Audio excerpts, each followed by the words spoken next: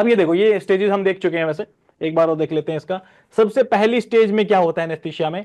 Patient is awake but relaxed. Second stage, इसको analgesia भी हम बोल देते हैं, ठीक है। इस टाइम पे इस स्टेज के अंदर पेन नहीं होगा पेशेंट को। स्टेज सेकंड की अगर बात करें, एक्साइटमेंट का रहता है ये, delirium, uncontrolled movement. Obviously excitement है तो इसमें जो एरिथमिया भी हो जाता है। इसमें हम चाहते हैं कि स्टेज 2 में पेशेंट जो है ज्यादा टाइम के लिए नहीं रहे, ठीक है। स्टेज 2 से सीधा स्टेज 3 में जितना जल्दी हो सकता है उतना जल्दी आ जाए। स्टेज थर्ड को क्या बोलते हैं? Surgical anaesthesia, ideal for surgery. अब स्टेज फोर्थ में जल्दी मत करना जाने की, क्योंकि ये पेशेंट मर जाएगा, क्योंकि इसमें क्या हो जाता है, जो मेडुला ओब्लोंगेटा है, जो कि रेस्पिरेशन के रिदम, ये सारी चीजों को मेंटेन रखता है, मेडुलरी पैरालिसिस हो जाएगा। और जैसे ही मेडुलरी पैरालिसिस हुआ तो रेस्पिरेशन का पूरा वो मेंटेन कर रहा था वो खत्म, और वो खत्म तो उसके बाद कार्डियक अरेस्ट भी हो जाएगा और पेशेंट गया ऊपर। तो स्टेज फोर्थ के अंदर पेशेंट नहीं आना चाहिए। याद रखने की बात क्या है, ये सेकंड स्टेज जो है ये एक्साइटेटरी स्टेज होती है, डेलेरियम वाली स्टेज होती है, डिलेमा होता है जिसमें अनकंट्रोल्ड मूवमेंट होती है, इसमें इरेगुलर ब्रीथिंग हो जाती है। So the goal is to move through this stage as rapidly as possible. तो सेकंड स्टेज को ध्यान रखना, ठीक है। मैं बार बार इसलिए बोल रहा हूं कि ये मोस्ट इंपॉर्टेंट, वैसे सारी ही स्टेज मोस्ट इंपॉर्टेंट है, बट इसमें थोड़े से क्वेश्चन निकाल दिया। डिलेमा वाली कौन सी स्टेज है, एक्साइटमेंट किसमें होता है, इरेगुलर ब्रीथिंग किसके अंदर होती है, तो ये सारी चीजें आपको पता होना चाहिए। और स्टेज फोर्थ में होता क्या है वो आपको पता होना चाहिए, किसकी वजह से पेशेंट मर जाता है, किस चीज का पैरालिसिस होता है उसमें? Medulla oblongata. Medulla oblongata, medullary paralysis होता है, ठीक है जी।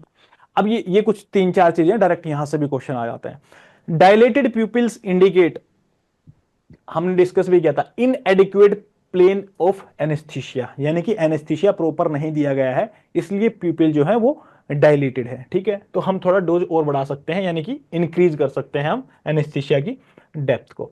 अब कीटामिन की बात कर लेते हैं, क्योंकि अर्ली स्टेजेस में तो प्यूपिल डायलेट ही हो जाते हैं ना, बिल्कुल।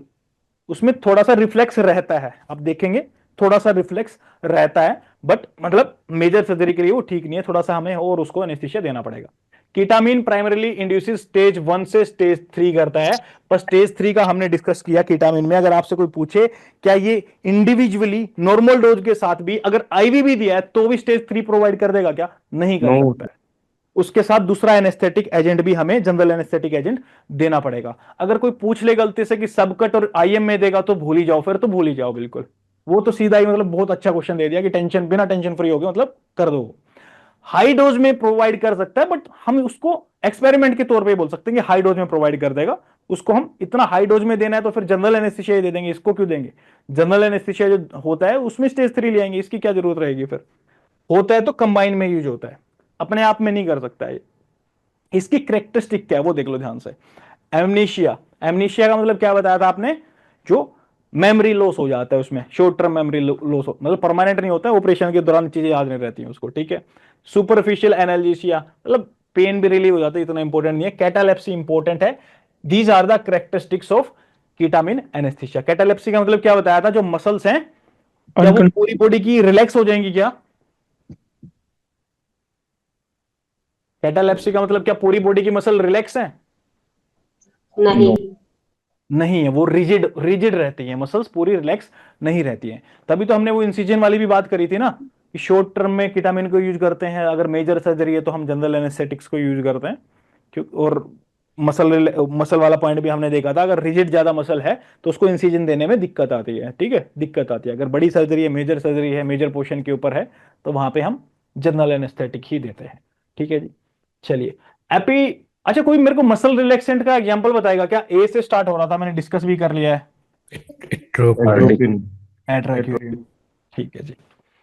डायजेपम भी हो सकता है क्या? ये पढ़ चुके हैं सारा का सारा।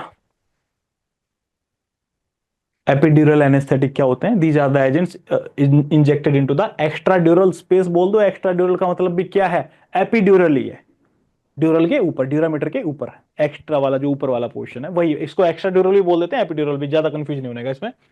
इट्स कॉन्ट्रा इंडिकेटेड इन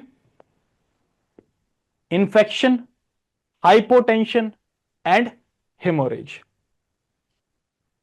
अब ये बोलेंगे सर इतना इंपॉर्टेंट भी क्या है, मतलब क्या खास बात है इसमें? इन्फेक्शन वाली क्या ही बात है, क्या ही हो जाएगा। हाइपोटेंशन, अगर हाइपोटेंशन है नहीं देना चाहिए। हेमरेज, वाली कंडीशन है, अगर किसी को हेमरेज का मतलब जिसका ब्लीडिंग प्रॉपरली कोगुलेशन नहीं हो पाता है, ब्लड कोगुलेट नहीं हो पाता है, जिसके अंदर थ्रोम्बोसाइटोपेनिया मतलब जिसके अंदर प्लेटलेट्स कम है, जो कि डेंगू में हो जाते हैं, आपको पता हो तो। डेंगू में प्लेटलेट कम होते हैं तो क्या होता है, उससे ब्लीडिंग होती है तो काफी टाइम तक होती रहती है, कोगुलेट नहीं कर पाता। क्यों? डेंगू के अंदर प्लेटलेट काउंट बहुत कम हो जाता है, आपको पता ही होगा। उसको कैसे दूसरे लोगों का सेम ब्लड ग्रुप ढूंढ करके फिर उसका ब्लड लेकर के उससे प्लेटलेट निकाल करके वो प्लेटलेट देनी पड़ती है उसको। तो प्लेटलेट का काम क्या होता है बेसिकली, ब्लड कोगुलेशन में सबसे पहले वही तो काम आती है। समझ लीजिए ये आपकी ब्लड वेसल है, यहां से ब्लीडिंग होना स्टार्ट हुई तो ब्लड के अंदर ऑलरेडी बहुत सारी प्लेटलेट्स होती हैं और सबसे पहले यही जाते हैं यहाँ पे, और जिसके अंदर प्लेटलेट ही कम है तो क्या होगा, कोगुलेशन प्रॉपरली नहीं हो पाएगा। तो ये बोलना चाह रहा है जहां पे जिसमें प्लेटलेट कम है, लगा लीजिए कोई हॉर्स है उसके अंदर थ्रोम्बोसाइटोपिनिया है, थ्रोम्बोसाइट भी कम है, तो कोगुलेशन वहां पे चांसेस हैं उसके वो उतना अच्छे से नहीं हो पाएगा। तो उस केस में हम एपिड्यूरल एनेस्थीसिया यूज नहीं करते। किसी को इन्फेक्शन है तो हम उस केस में भी एनेस्थीसिया यूज नहीं कर सकते। आसपास वुंड है तो भी हम यूज नहीं करते हैं। अब बोलोगे सर इंजेक्शन हम वुंड पे लगा के थोड़ा ना इंजेक्शन लगा रहे हैं वहां पे, हाँ उसको क्लियर भी कर देते हैं, आसपास इन्फेक्शन है तो उसके बाद वो जो नीडल रहती है तो उसके बाद भी तो वनरेबल हो ही जाता है ना पार्ट, वो थोड़ा सा वनरेबल हो जाता है। इसलिए बोलते हैं कि अगर उसके आसपास कोई डिसीज है या कोई फीवर भी है उसको, तो उस टाइम पे एपिड्यूरल एनेस्थीसिया ना दो। थोड़ा सा बेहतर यहाँ पे और समझ में आ जाएगा आपको, वैसे बताने की जरूरत ही, इतना याद कर लेते तो हो जाता, बट कॉन्सेप्ट थोड़ा समझ में आएगा तो वो परमानेंटली याद रहेगा। ये इन्फेक्शन में क्या बोलना चाह रहा है, can spread bacteria into the spinal cord leading to the meningitis और एब्सेस फॉर्मेशन। आसपास अगर वुंड रहा, उसको इन्फेक्शन रहा, तो चांसेस आर कि आपने इंजेक्शन लगाकर निकाल भी रिया है तो वो स्प्रेड हो सकता है बाय एयर, या वो अपना खुद ही टच कर रहा है तो वहां पे इन्फेक्शन हो सकता है। ऐसी जगह उस टाइम पे आप एपिड्यूरल यूज मत करें। हाइपोटेंशन में बोलना चाह रहा है एपिड्यूरल ब्लॉक, जो एपिड्यूरल ब्लॉक होता है ना, वो सिंपैथेटिक नर्वस सिस्टम को ब्लॉक करवा देता है। ठीक है, सिंपैथेटिक नर्वस सिस्टम को ब्लॉक करवा देगा तो मसल टोन भी कम हो जाएगा, और जो ब्लड वेसल्स होती हैं उनके अंदर वैसोकंस्ट्रिक्शन कौन करवाता है, सिंपैथेटिक ही करवाता है। अब सिंपैथेटिक को ही ब्लॉक कर दिया तो वैसोडाइलेशन ही रहेगा, वैसोकंस्ट्रिक्शन होगा ही नहीं। और ऐसा पेशेंट, ऐसा एनिमल जिसमें पहले से ही हाइपोटेंशन है, हाइपोटेंशन का मतलब क्या, ब्लड का प्रेशर काफी कम है, और ऊपर से आपने सिंपैथेटिक नर्वस सिस्टम को भी ब्लॉक कर दिया, यानी कि कॉन्स्ट्रिक्शन होगा ही नहीं उसके अंदर, थोड़ा बहुत हो रहा था तो बॉडी में हाइपोटेंशन, ऊपर से कॉन्स्ट्रिक्शन भी नहीं होगा इसमें तो और ज्यादा हाइपोटेंशन। तो हाइपोटेंशन वाले पेशेंट के अंदर भी हमें एपिड्यूरल एनेस्थेसिया को यूज नहीं करना चाहिए। और तीसरा और आखिरी आ जाता है हेमोरेज कंडीशन, यानी कि जिसमें ब्लड कोगुलेशन प्रॉपर तरीके से नहीं हो पाता है। तो ये क्या बोलना चाह रहा है, risk of epidural hematoma, spinal cord compression and paralysis. तो प्रॉब्लम क्या है यार, देखो अगर मैं इंजेक्शन लगाता हूं मसल पे, यहां पे अगर मेरे को ब्लीडिंग हो भी जाती है, इंटरनल ब्लीडिंग, तो उसके पास इनफ स्पेस होता है ब्लड के पास, इधर उधर फैल जाएगा, ठीक हो जाएगा, सेक लगा लेंगे, कोई प्रॉब्लम नहीं है। बट अगर आपने एपिड्यूरल एनेस्थीसिया लगाया और वो इंजेक्शन चला जाता है स्पाइनल कॉर्ड में, ब्लीडिंग हो जाती है स्पाइनल कॉर्ड के अंदर, उस कंडीशन में तो उस ब्लीडिंग से जो हेमरेज बनेगा ना, वो हेमरेज को निकालना कोई मतलब आसान काम नहीं है, बहुत डिफिकल्ट है। अगर स्पाइनल कॉर्ड में है तो उसको निकाल पाना बहुत मुश्किल है, पहली बात। दूसरी बात, अगर हेमरेज है स्पाइनल कॉर्ड में तो क्या करवा सकते हैं वहां पे, वो वहां पे कंप्रेशन करवाना स्टार्ट कर देता है स्पाइनल कॉर्ड का।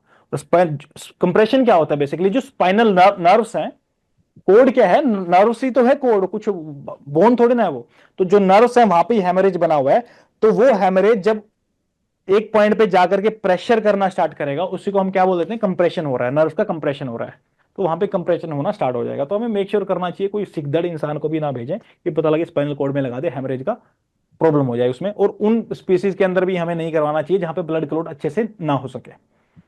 क्यों मैं बोल रहा हूं ये बात, किसी ने ये एपिड्यूरल एनेस्थीसिया लगाया, इंटरनल ब्लीडिंग हुई, तुरंत रुक जाती है विद इन 20 सेकंड, कोई प्रॉब्लम नहीं है, विद इन 1 मिनट रुक जाती है, कोई प्रॉब्लम नहीं है।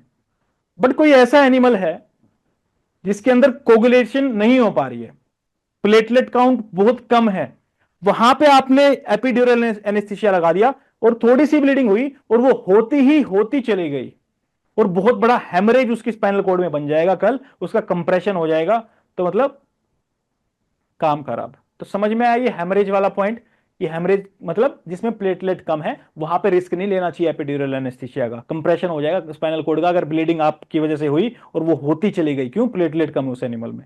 तो ये पॉइंट, हाइपोटेंशन यार, ये epidural anaesthesia sympathetic nervous system को ब्लॉक करवाता है, तो कॉन्स्ट्रिक्शन नहीं हो पाएगा, और पहले से ही वो हाइपोटेंशन में एनिमल बेचारा, तो और ज्यादा आपको कॉन्स्ट्रिक्शन वाला जो चांस थे वो भी खत्म कर दिया आपने लगा के, वहां पे भी नहीं देना चाहिए। और तीसरा, जो अगर इन्फेक्शन है उसके आसपास के एरिया में, तो वहां पे भी अवॉइड ही कर देना चाहिए। ठीक है, तो ये 3 चीजें थी, कंडीशंस थी